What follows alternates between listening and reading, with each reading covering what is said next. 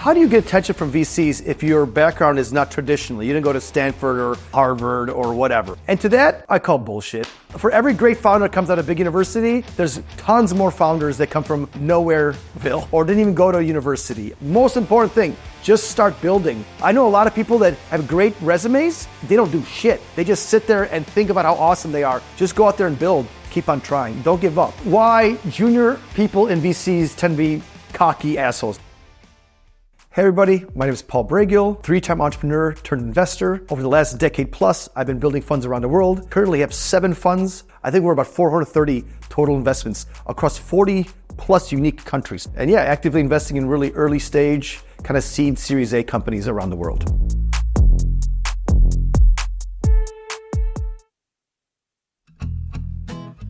I have no finance background, neither do most of my partners. My first company was bootstrapped. I didn't even know what VC was, and this is in the 90s. Then my second, third company, we raised money from angels and VCs, and that's when I moved to Silicon Valley. We realized, hey, this is actually kind of a cool path, and this is a way to kind of help encourage entrepreneurship grow. I sold my third company. This was 2010. As I do, I kind of was sitting there looking for what's next. I started brainstorming, things like this. And in the brainstorming part, I started realizing that I'm good at building things, but also sometimes I like to build multiple things at a time. In VC, you kind of have to focus on many things. So I found out that VC and investing was better suited for me. Also, if I look at just pure money made, I've made more money as an investor than I've made as an entrepreneur. So I'm probably a better investor than I am an entrepreneur. My main fund here in the United States is called Bragiel Brothers. And that implies that I work with my brother. I'm a little bit louder, more outgoing, and he's more organized and he's more thoughtful, right? And we started one of the world's first venture capitalist kind of funds. I would call it more of an accelerator, a thing called IO Ventures. And that was the beginning of my investing career. We combined 5 people's capital together. Me, my brother Dan, my friend Ashwin, he started BitTorrent. My friend Jim had started Hot or Not. My friend Abra had started MySpace. It was a really cool group of people. This is like around 2010, 2012, 13 timeframe. That did really well. And we decided to go out there and raise larger funds after that. And that's also when we started making transition to raising funds globally as well too. Silicon Valley, we believe in doing more deals that are higher risk, which means that we have more failures, but when it succeeds, it becomes huge. Let's say you look at 10 companies, we expect one company to pay back the whole fund. When we put it to a company, we say, can this company be a 10 or 20 or 100x? It could be to the moon, or it could be straight dead. Us VCs, we try to project that we know what we're doing at all times, but honestly, no, we also make a lot of mistakes too as VCs. Sometimes I've made decisions too quickly and I didn't get to know a founder really well. I've had people kind of betray us or do things. I mean, very rarely, but we've had people, kind of cheat or do really bad things. That happens like 1 out of maybe 50 or 100 companies, but still, you feel really big personal responsibility when something that happens. Other things we've done is like, we didn't show enough conviction. Like there's a deal we liked, but we were a little bit scared and we didn't put enough money in. Damn it, you get pissed off. Like, I should have put more money in, right? Or I should have doubled down. And then of course, there's always missed deals. As a VC, it's important that we see the deal. So if we saw the deal, we missed it, I'm okay with that. The biggest problem is that we never even saw the deal. Some really hot company was raising money in our backyard and we didn't see it, then we consider that a failure. We're not perfect. I mean, far from it. We get a lot wrong. Look at the VC model. 9 out of 10 companies are failures and 1 does well. So we kind of have a lot of failure built into our respective investing theses. Yeah, so VC's gotten pretty popular last 5 or 10 years. I think it's for a couple things. One, entrepreneurship has been much more cooler in the last 10, 20 years. Some people feel they're not ready to become an entrepreneur, but they would like to be involved in entrepreneurship, so they think VC's a path, right? 2, there's just so many more companies now, and there's so many more verticals in technology that there need to be more VC funds created. So as a result, VC industry has grown as well too. And then also VC looks pretty sexy on the outside. Oh, I just give money. That's the easy part, giving the money out, right? Then the problem is supporting your companies, then returning money to investors. That's really hard, right? So people look at VC as this really easy, glamorous job, but the reality is if you've been on VC for more than 10 years, you've seen more than 1 or 2 cycles, it's actually quite hard. If you want to enter the VC market, 1, be super humble. 2, put your head down and grind. And 3, be very, very supportive of the community. This is not necessarily even to like early VCs. To anybody starting early in their career, just be helpful. Try to help your friends. Constantly help. Help. You'll get more in return later. But just don't ask for things. Give first, Take later. Don't ask. So there's different types of VC funds. Some focus on pre-seed, some do seed, some do Series A, some do Series B, some do like pre-IPO. There's slightly different skill sets for different VCs. Pre-seed and seed, it's a lot more gut and people-based. Series A, it's a mixture between still a lot of gut, but also some numbers and maybe some product validation. Series B and beyond, you're doing spreadsheets and you're kind of doing calculations. And I'm a gut guy. I mean, I think gut feeling is what separates the best from the average, or if not the worst. It's about having self-confidence. It's like you've seen certain patterns in your life. Everyone else is saying no, but you have to go out there and take that risk. And also, if you had a gut feeling and you were wrong, you have to go out there and learn how to reevaluate what your assumptions were wrong and why that gut feeling was incorrect. So you have to constantly calibrate your gut feeling. People often ask me, hey, you're early in your VC career or you're an angel investor. How do you go out there and build up your kind of gut feeling? And a simple way to do that is just by volume. Be as active as possible. Talk to as many people as possible. And alongside that, be as helpful to as many people as possible. If you're part of a community and you're actively contributing, a lot of people are gonna give you feedback. They're gonna kind of tell you what you're doing right, what wrong. People will give you second, third chances. If you're helpful and you miss a deal, they might let you in later, right? And that's how you go out there and develop your gut. Okay, so I missed it. Why did I miss it? What was I doing wrong there? Why did I doubt that person and they still succeeded? So by being part of the community, by being super helpful, people will kind of help you develop your gut feeling, and you have many chances to kind of figure it out and correct your mistakes and go out there and do a better job in the future.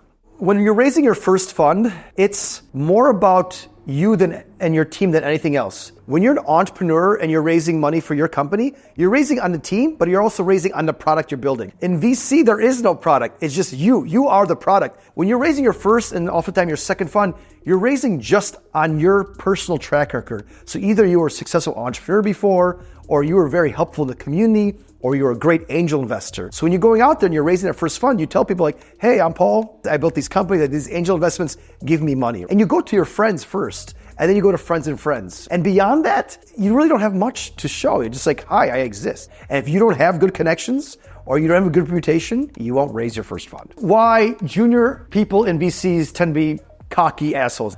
Yeah, I don't get this. This is a really horrible trend and actually makes the VC industry look bad. Maybe they feel accomplished, or they feel that, because VC is really hard to get into. So if you're like that 0.001% that made it in, maybe that gives people kind of extra confidence that not necessarily warranted. Yeah, we should slap that out of the people. They should come in humble, honestly. Historically, the VC market was very closed off to anybody that was not from the Stanfords, the Berkeleys, the Harvards of the world. Also, it's been very hard to get that first job, right? The first job is sometimes the most important job, because once you have that, then you have it in your resume, you can go to other VC funds. A lot of people were asking like, Paul, VC seems pretty cool. How would I get involved? And especially a lot of young people. I thought it'd be a really cool opportunity to go out there and share opportunities that we have. We decided to go out there and open up to anybody. The whole goal of the one-on-one fellowship was to allow people who would have never had a chance to get into VC to potentially get into VC. So if you want to become a VC, it's obviously a great foot in the door. If you want to be an entrepreneur, it's great to see what the other side of the table looks like